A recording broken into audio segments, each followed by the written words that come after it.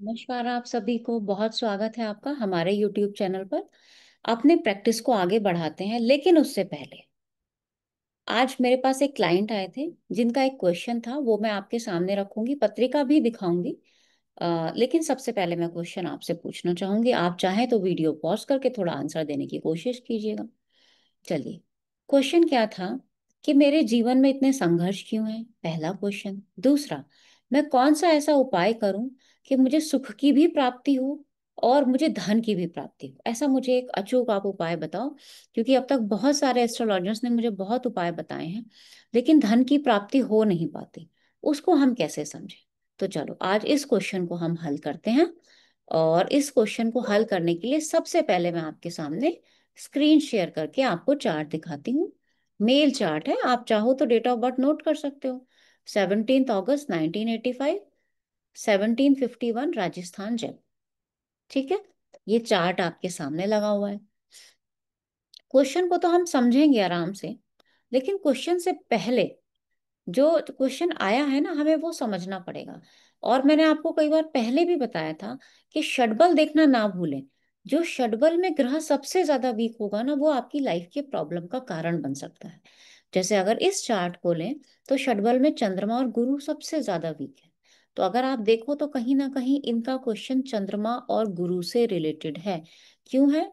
खुश रह पाना और धन की कमी, दोनों चीज चंद्रमा और गुरु से आप देख सकते हो।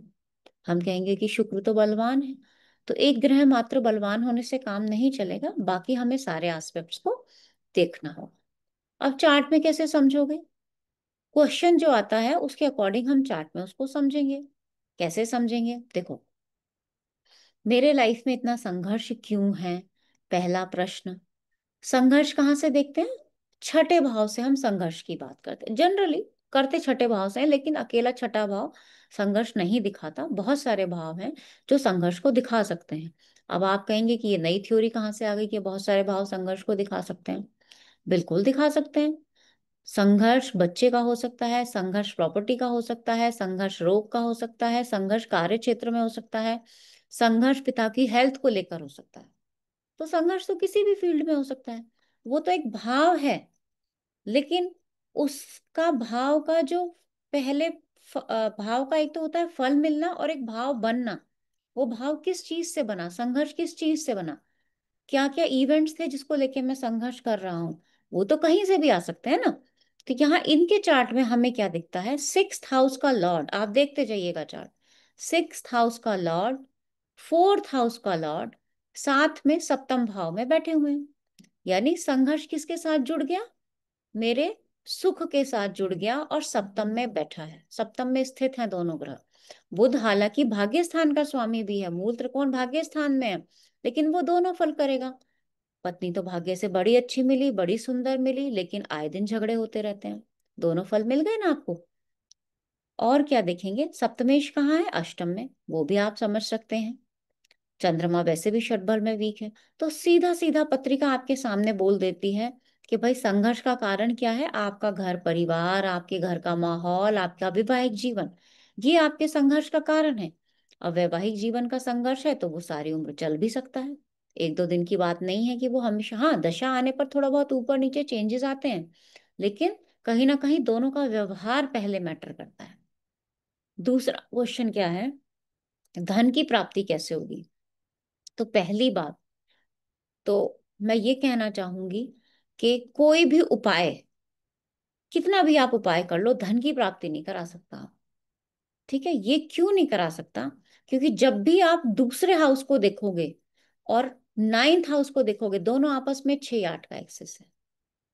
धर्म कर्म पूजा करना और उससे पैसे की प्राप्ति होना, ये संभव ही नहीं है। उससे धन की प्राप्ति नहीं होगी। दूसरा और नवा आप देख सकते हो, दोनों का 6 8 का एक्सेस बना हुआ है।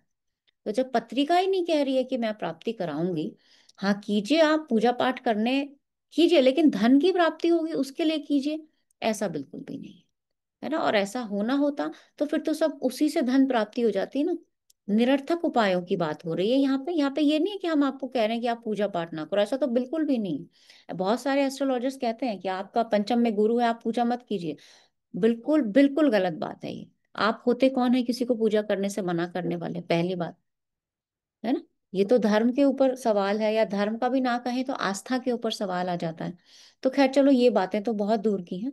पत्रिका में तो क्वेश्चन आया, मंगल की महादशा है, चंद्रमा की अंतर्दशा है, मन का सवाल भी आया, और शनि की प्रत्यंतर दशा है, धन भाव का सवाल भी आया। सवाल तो सारे वही आए जो दशा हमारी चल रही थी। ठीक है। अब होगा कब तक ये भी इंसान पूछेगा कि आगे कैसा रहेगा कैसा नहीं रहेगा।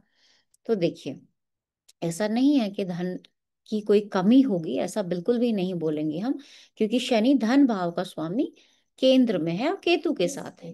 केतु के साथ है तो ठीक है, थोड़ी प्रॉब्लम हो सकती है, राहु केतु एक्सिस में है, मंगल से दृष्ट है, और गुरु लग्न में है, तो इसको बहुत खराब तो हम नहीं बोलेंगे धन के पॉइंट ऑफ व्यू से। शुक्र छठे में है। आप यहाँ पे ये बोल सकते हो कि आपके हो सकता है कि जितना अर्जन हो उससे ज्यादा आपके एक्सपेंसेस हो, या आपके एफर्ट ज्यादा लगते हो आपने, क्योंकि पैसा कहाँ से आएगा, करियर से आएगा, या पिता की प्रॉपर्टी या प्रॉपर्टी से भी आ सकता है। मतलब या तो आपको फैमिली बैकग्राउंड बहुत मजबूत है, वहां से पैसा आ रहा है, या आपके खुद के कामों से पैसा आ रहा है, आपने कहीं इन्वेस्ट किया है वहां से पैसा आ रहा है। आगे जो राहु की दिशा आएगी, ऐसा नहीं है कि उसमें 100% वो धन के लिए अच्छा करेगा ही करेगा। आता जाता रहेगा, आपके मनी आता जाता रहेगा, फिक्स रहेगा, वो हम बिल्कुल नहीं कहेंगे, क्योंकि दो जो हैं चंद्रमा और गुरु वो हमारे वीक हैं। अब आ जाता है सुख का प्रश्न। तो सुख के प्रश्न को मैं कुछ और तरीके से भी यहाँ पे समझाना चाहूंगी। कैसे समझाना चाहूंगी, देखो, हम ना सिर्फ उपाय के पीछे भागते रहते हैं कि उपाय मिल जाए ऐसा हो जाए, नहीं। सुख के प्रश्न को समझना है तो सबसे पहले हमें क्या समझना होगा, चतुर्थ भाव का स्वामी कौन है, काल पुरुष में। मैं आपको लगा के, जिनको नहीं काल पुरुष समझ में आता है, मैं फिर से एक चार्ट में काल पुरुष का चार्ट क्या होता है मैं बना के दिखा देती हूँ। जैसे अभी का ही अगर मैं गोचर ले लूं, तो ये अभी का गोचर हो गया, इसको मैं काल पुरुष का चार्ट बना देती हूँ जो कि मेष लग्न का होता है। काल पुरुष के चार्ट में चतुर्थ भाव में किसकी राशि, चंद्रमा की राशि। चतुर्थ भाव क्या बताता है, छठे से 11वां, यानी आपके संघर्ष की वृद्धि। संघर्ष की वृद्धि कहाँ पे होती है, आपके मन में।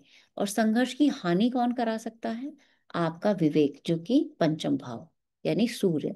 सूर्य से इसीलिए विवेक की बात की गई है, बुद्धि विवेक की बात की गई है, कि इस मन में जो संघर्ष आया उसकी हानि कौन कराएगा, विवेक। तो जितने आप विवेकी होंगे, जितने आप समझदार होंगे, चीजों को प्रैक्टिकल एस्पेक्ट में लेंगे, उतना ही आपके लाइफ का संघर्ष कम होता चला जाएगा। आपकी तो पत्रिका ही आपको उपाय बता रही है। हम क्यों ऐसे उपाय कर करके कि नदी में ये बहाओ, नाले में ये बहाओ, ऐसे गठरी बांध दो, हाथ पे ये लिख लो, ऐसे नहीं होता। ना किसी के पास पैसा आता, ना किसी के लाइफ का संघर्ष कम होता। इस पत्रिका को अगर आप पढ़ने बैठोगे ना ध्यान से, तो इसमें आपके उपाय काल पुरुष तो दे ही रहा है। जितनी भी राशियां हैं, उनके जो साइन बनाए गए, वो क्यों केकड़ा ही बनाया गया फोर्थ में, क्यों नहीं सिंह को रख दिया गया। तो ये बहुत बड़ी मिस्ट्री है।